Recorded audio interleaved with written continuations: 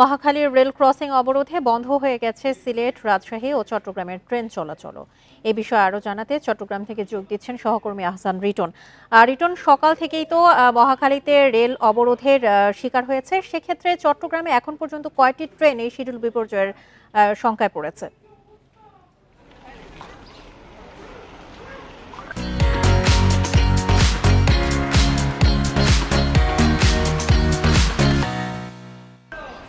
না, দেখুন, আমরা এই মুহূর্তে চট্টগ্রাম যে রেল স্টেশন এখানে রয়েছে, আপনি দেখতে পাচ্ছেন যে আসলে ঢাকাগামী একটি ট্রেন কিছুক্ষণ পর এখান থেকে ছেড়ে যাবে এবং সেই ট্রেনে যাত্রীরা ওঠার জন্য বেশ আগেভাগে এখানে অবস্থান নিয়েছে এবং তারা শান্তিপূর্ণভাবে ট্রেনে চড়ছেন। কিছুক্ষণ আগেও একটি ট্রেন ঢাকার উদ্দেশ্যে কক্সবাজার এক্সপ্রেস সেটি ছেড়ে গেছে এবং আমরা এখানে যারা স্টেশনে যারা দায়িত্বে রয়েছেন তাদের সাথে কথা বলছি। তারা যেটি বলছেন সেটি হচ্ছে ঢাকায় যে ঝামেলাটি হয়েছে, ব্যাটারি চালিত রিক্সা চালকরা যে সড়ক অবরোধ করেছিল সেটির একটি প্রভাব পড়তে পারে এমন একটি আশঙ্কা কিংবা ধারণা তারা করেছিলেন, কিন্তু দেখা গেল যে চূড়ান্তভাবে সেটির কোনো প্রভাব চট্টগ্রামে এখনও পর্যন্ত পড়েনি।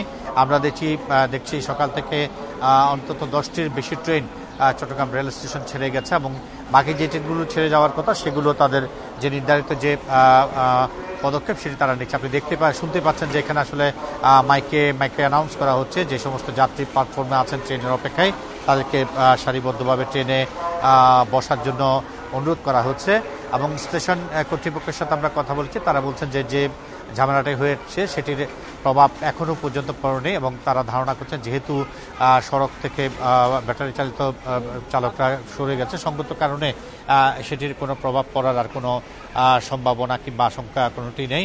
আমরা এখানে যাত্রীদের কাছে কথা বলেছি, তারাও বলছেন যে ঢাকায় কী সমস্যা হচ্ছে তারা এখনও পর্যন্ত জানেন না।